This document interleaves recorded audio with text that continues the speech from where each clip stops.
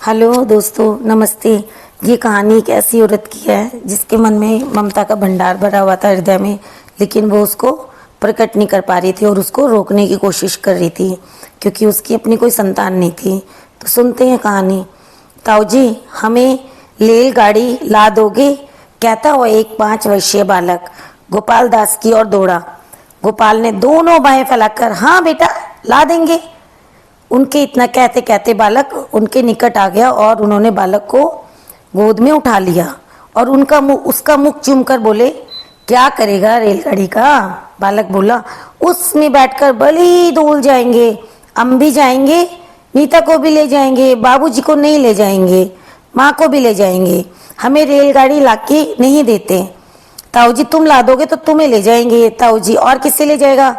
बालक कुछ देर सोचता रहा, फिर बोला, बस और किसी को नहीं ले जाएंगे।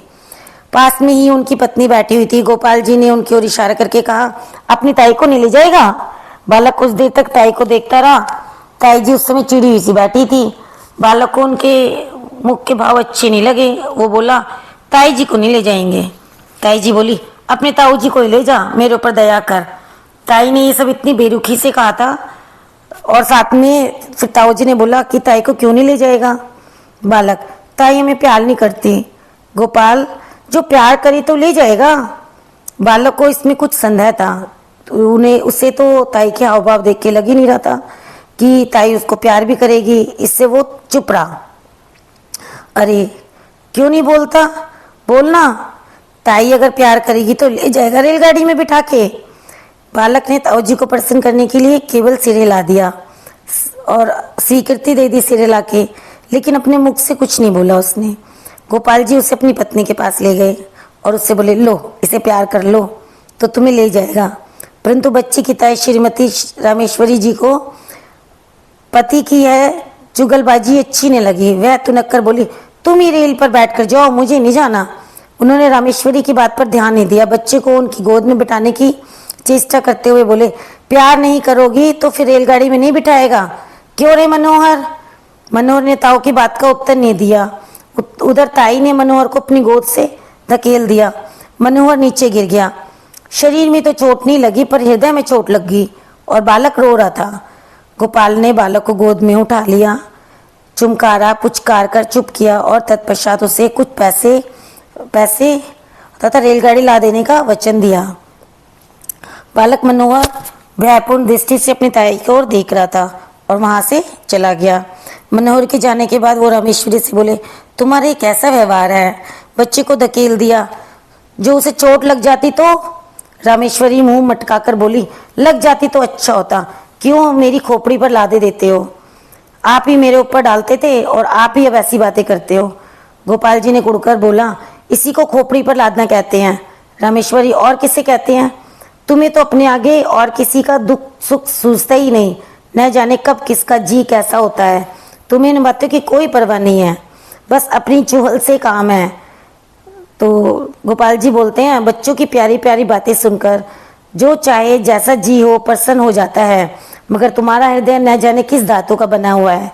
रामेश्वरी, तुम्हारा हो जाता होगा और होने को होता है, मगर वैसा बच्चा भी तो हो, पराये धन से भी कहीं घर भरता है। वो कुछ देर चुप रहकर बोले, यदि अपना सगा भतीजा भी पराया धन कहा जा सकता है तो मैं फिर क्या समझता हूँ कि धन किसे कहते हैं? रामेश्वरी कुछ उत्तेजित होकर बोली, बातें बनाना तो बहुत आसान है, तुम्हारा भतीजा है, तुम चाहे जो समझो, पर मुझे ये बातें अच्छी नहीं लगती। हमारे भाग ही फूटे हैं, नहीं तो यह दिन काहे को देखना मिल को पड़ता। तुम्हारा चलन तो दुनिया से निराला है। आदमी संतान के लिए न जाने क्या क्या करता है, पूजा पाठ करते हैं, व्रत करते हैं, पर तुम्हें तो इन बातों से कोई मतलब नहीं है। दिन रात अपने भाई भतीजों में मग्न रहते हो। गोपाल जी के मुख पर घृणा का भाव झलक आया। उन्होंने कहा, पूजा पाठ व्रत सब ढकोसला, जो वस्तु भाग्य में नहीं है पूजा पाठ से कभी प्राप्त नहीं हो सकती। मेरा तो ये अटल विश्वास है। श्रीमती जी कुछ रुआसे स्वर में बोली, इसी विश्वास ने सब चौपट कर दिया। ऐसे ही विश्वास पर सब बैठ जाएं तो सब काम कैसे होंगे? सब विश्वास पर ही न बैठे रहें, आदमी काहे को किसी बात के लिए चेष्टा करे। उन्होंने सोचा कि मूर्ख स्त्री के मुंह लगना ठीक नहीं है, तो वह स्त्री की बात का कुछ उत्तर न देकर वहां से हट गए। गोपाल जी धनी आदमी थे, कपड़े की आड़त का काम करते थे, लेन देन भी था है अच्छा था। इसे एक छोटा भाई भी था उनका उनका उसका नाम कृष्ण था। दोनों भाइयों का परिवार एक ही साथ रहते थे। गोपाल जी की आयु 35 वर्ष और छोटे भाई की आयु 31 वर्ष के लगभग थी। गोपाल जी निसंतान है।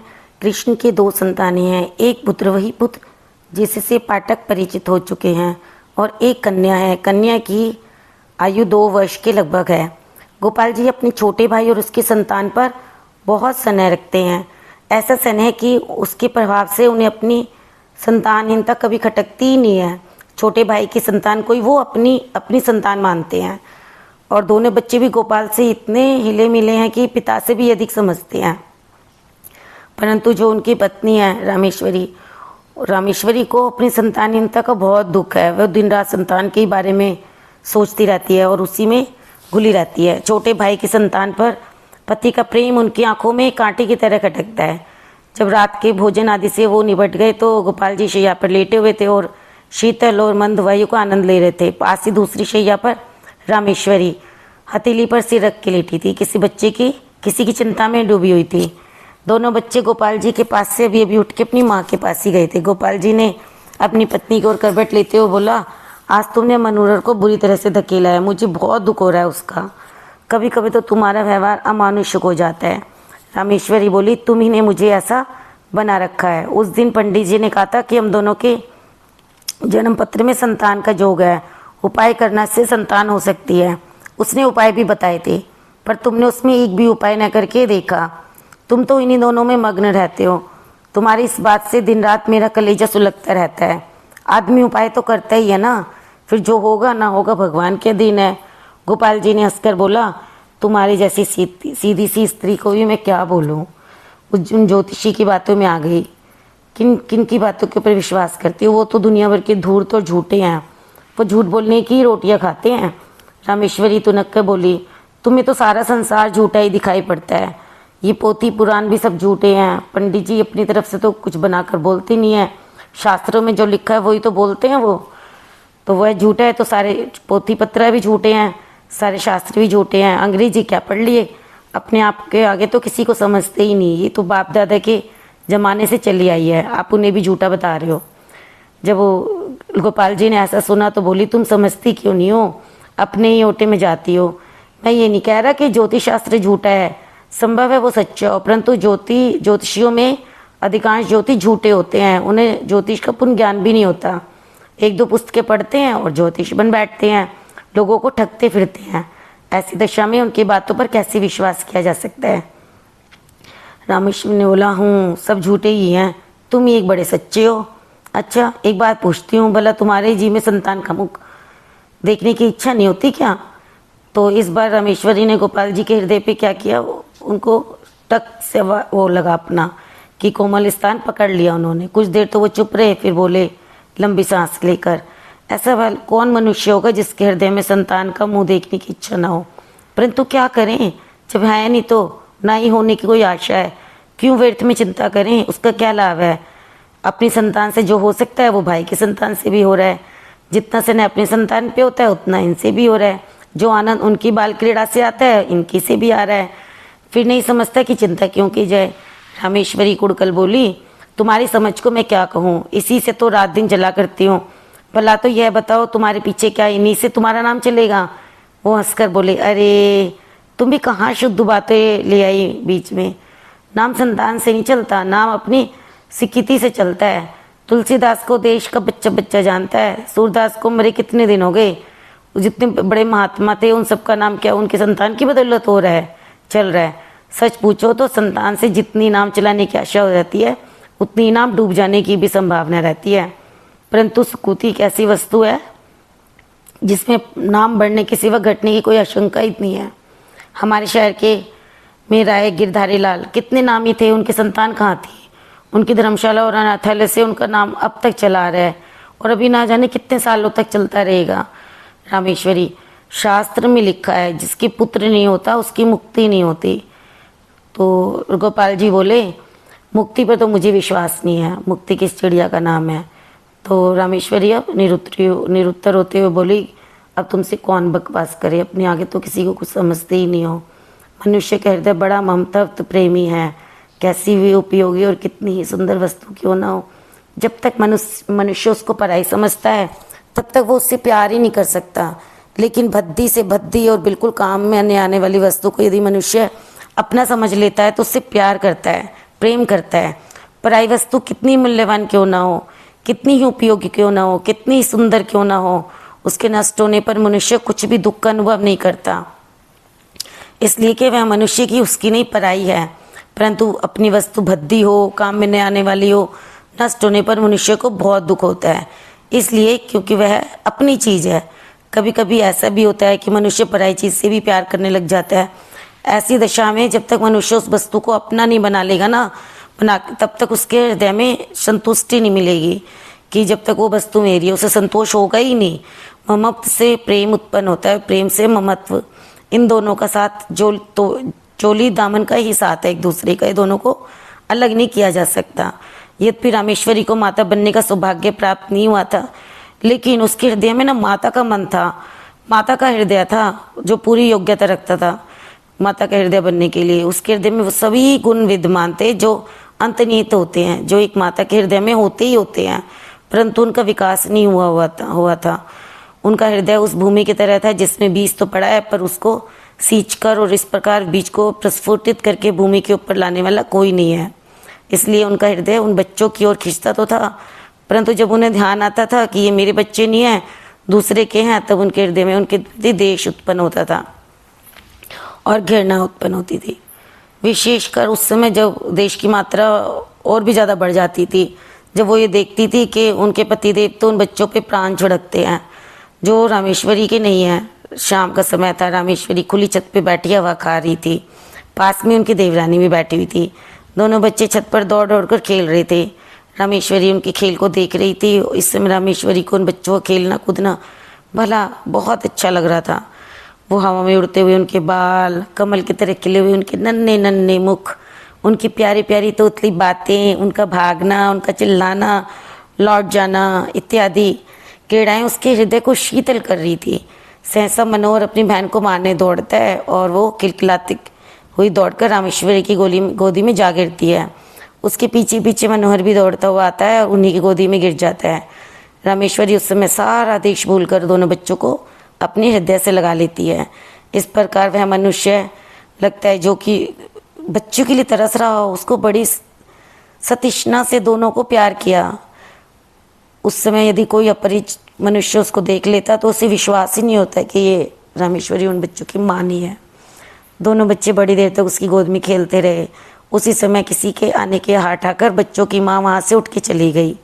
मनोहर ले तेरे लिए रेलगाड़ी लाए हूँ, कहते हुए गोपाल जी छत पे आ गए। उनका स्वर सुनते ही दोनों बच्चे रामेश्वरी की गोद से तड़प कर निकल गए। उन्होंने ने पहले दोनों को खूब प्यार किया, फिर बैठकर रेलगाड़ी दिखाने लगे। इधर रामेश्वरी की नींद टूटी तो देखा कि एकदम से पति तो बच्चों में मग्न है और उन्हें देखकर उनकी भौहें फिर से तन गई। बच्चों के प्रति हृदय में वही घृणा और देश का भाव जाग उठा। बच्चों को रेलगाड़ी देकर वो रामेश्वरी के पास आए और मुस्कुरा के बोले, आज तो तुम बच्चों को बड़ा प्यार कर रही हो। इससे मालूम होता है कि तुम्हारे हृदय में भी उनके प्रति प्रेम तो है। रामेश्वरी को पति की यह बात बहुत बुरी लगी। उन्हें अपनी कमजोरी पर बहुत दुख हुआ। केवल दुख ही नहीं हुआ, अपने ऊपर बहुत क्रोध भी आया। वह दुख और क्रोध पति के उक्त वाक्य से और भी बढ़ गया। उनकी कमजोरी अपने उसके पति के ऊपर प्रकट हो गई थी। अब ये बात उसके लिए असह्य हो गई थी। वो बोले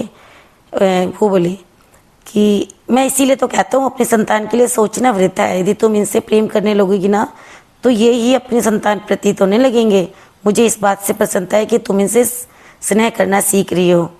ये बात सुन के उन्होंने बड़े नितांत हृदय से बोली थी, लेकिन रामेश्वरी को बहुत व्यंग्य और तीक्ष्ण गंध मालूम हुई।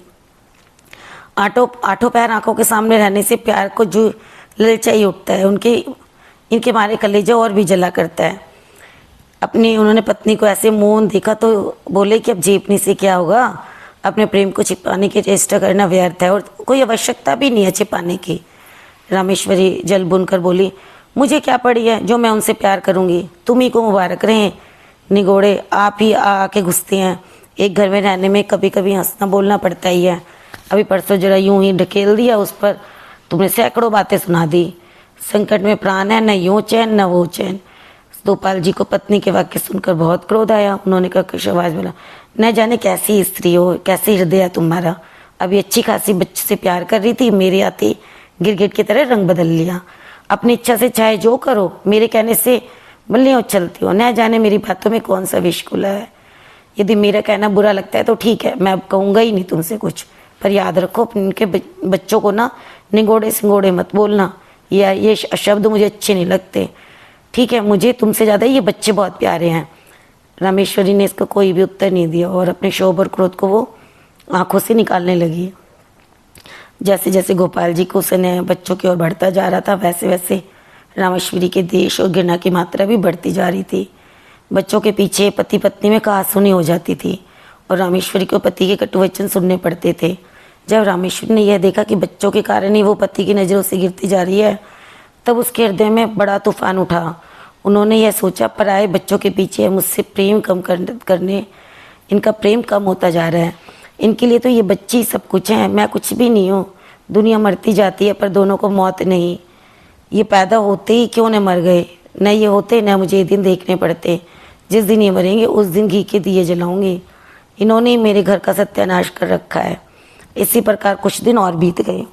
एक दिन नियमानुसार रामेश्वरी छत पर अकेली बैठी हुई थी।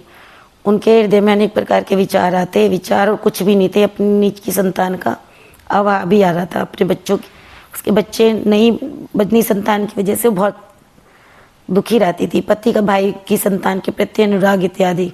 कुछ देर बाद ही जब उसके विचार स्वयं की कष्ट प्रतीत होने लगे, तब वह अपना ध्यान दूसरी ओर लगाने के लिए टहलने लगी। वह टहल ही रही थी कि मनोहर दौड़ता हुआ आया। मनोहर को देखकर उसकी बुकटी चढ़ गई और वह छत की चारदीवारी पर हाथ रखकर खड़ी हो गई।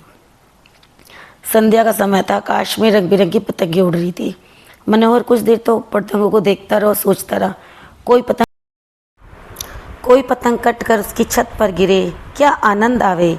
देर तक गिरने का इंतजार करने के बाद दौड़कर रामेश्वरी के पास पहुंचा और उसकी टांगों में लिपट कर बोला, ताई ताई हमें पतंग मंगा दो। रामेश्वरी ने झिड़क कर कहा, चल हट, अपने ताऊ से मांग जाकर। मनोहर कुछ अप्रतिभ सा होकर फिर आकाश की ओर ताकने लगा। थोड़ी देर बाद उससे फिर न रहा गया। इस बार उसने बड़े लाड़ से आकर अत्यंत करुण स्वर में कहा, ताई मंगा दो ना, हम भी उड़ाएंगे। इस बार उसकी भोली प्रार्थना से रामेश्वरी का कलेजा कुछ पसीज गया। वह देर तक उसकी ओर स्थिर दृष्टि से देखती रही। फिर उन्होंने एक लंबी सांस लेकर मन ही मन कहा, यह मेरा पुत्र होता तो आज मुझसे बढ़कर भाग्यवान स्त्री संसार में कोई होती ही नहीं। निगोड़ा मरा कितना सुंदर है और कैसी प्यारी प्यारी बातें करता है। ये जी चाहता है कि उठाकर छाती से लगा लूँ। यह सोचकर वह उसके सिर पर हाथ फेरने वाली थी कि इतने में उन्हें चुप देखकर मनोहर बोला, तुम हमें पतंग नहीं मंगवा दोगे तो ताऊ जी से क्या कर तुम्हें पिटवाएंगे।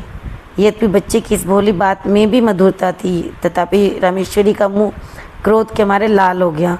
वैसे उसने उसको झिझक कर बोला, जा कह दे अपने ताऊ से, मैं मेरा क्या कर लेंगे।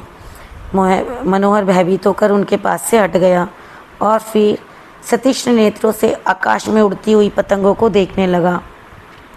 इधर रामेश्वरी ने सोचा कि यह सब इसके ताऊ जी के दुलार का फल है। उन्होंने ही इसको बिगाड़ रखा है, नहीं तो ये चिन्नू भर का लड़का मुझे धमकाता है। ईश्वर करे इस दुलार पर बिजली टूटे। उसी समय आकाश से एक पतंग कटकर उनकी छत पर की तरफ आई और रामेश्वरी के ऊपर से होती हुई छज्जे की ओर गई। छत के चारों ओर चार दीवारें थी। जहाँ रामेश्वरी खड़ी हुई थी केवल वहाँ पर एक द्वार था जिससे छज्जे पर आ जा सकते थे। रामेश्वरी उस द्वार से सटी हुई थी। मनोहर ने पतंग को छज्जे पर जाते देखा। पतंग पकड़ने के लिए जैसे ही उसने पतंग को देखा तो पतंग पकड़ने के लिए वो दौड़ने लगा, छज्जे की ओर चला दौड़कर। रामेश्वरी खड़ी हुई देखती रही। मनोहर उसके पास से होकर छज्जे पर चला गया और उससे 2 फीट की दूरी पर खड़ा हो गया और पतंग को देखने लगा। पतंग छज्जे पर से होती हुई नीचे घर के आंगन में जा गिरी। एक पैर छज्जे की मुडेर पर रखकर मनोहर ने नीचे आंगन में झांक के देखा और पतंग को आंगन में गिरते देख वो प्रसन्नता के मारे फूलन समाया। अब वो नीचे जाने के लिए शीघ्रता से घूमा, लेकिन घूमते समय मुंडेर पर से ही उसका पैर फिसल गया और वो नीचे की ओर चला गया। नीचे की ओर चला, नीचे जाते जाते उसके दोनों हाथों में मुंडेर आ गई। वह उसे पकड़कर लटक गया और रामेश्वरी की ओर देखकर चिल्लाया, ताई। रामेश्वरी की आंखें मनोहर की आंखों से जा मिली। मनोहर की वह करुण दृष्टि केवल रामेश्वरी का कलेजा देखकर रामेश्वरी का कलेजा मुंह को आ गया। उन्होंने व्याकुल होकर मनोहर को पकड़ने के लिए अपना हाथ बढ़ाया। उनका हाथ मनोहर के हाथ तक पहुंचा ही था कि मनोहर के हाथ मुड़ेर से छूट गए और वो नीचे आ गया। रामेश्वरी चीख मारकर छज्जे पर गिर गई। रामेश्वरी 1 सप्ताह तक बुखार से बेहोश रही। कभी कभार जोर से चिल्ला उठती और कहती, देखो देखो वो गिरा जा रहा है, उसे बचाओ, दौड़ो, मेरे मनोहर को बचा लो, मेरे मनोहर को बचा लो। कभी वह कहती, बेटा मनोहर, मैंने तुझे नहीं बचाया। हाँ हाँ, मैं चाहती तो बचा सकती थी, मैं देर कर दी। इसी प्रकार के विलाप प्रलाप वह किया करती। मनोहर की टांग उखड़ गई थी, टांग बिठा दी गई। वह क्रमशः फिर अपनी असली हालत में आने लगा।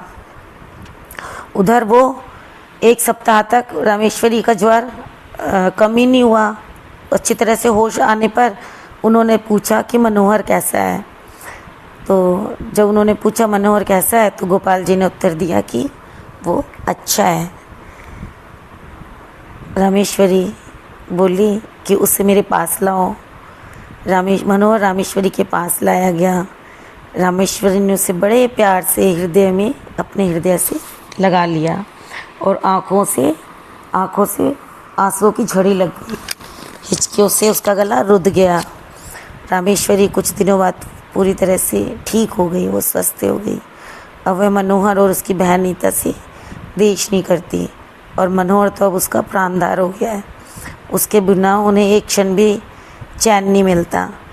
धन्यवाद दोस्तों, मेरे चैनल को लाइक और सब्सक्राइब करें और बताएं कि ये कहानी आपको कैसी लगी।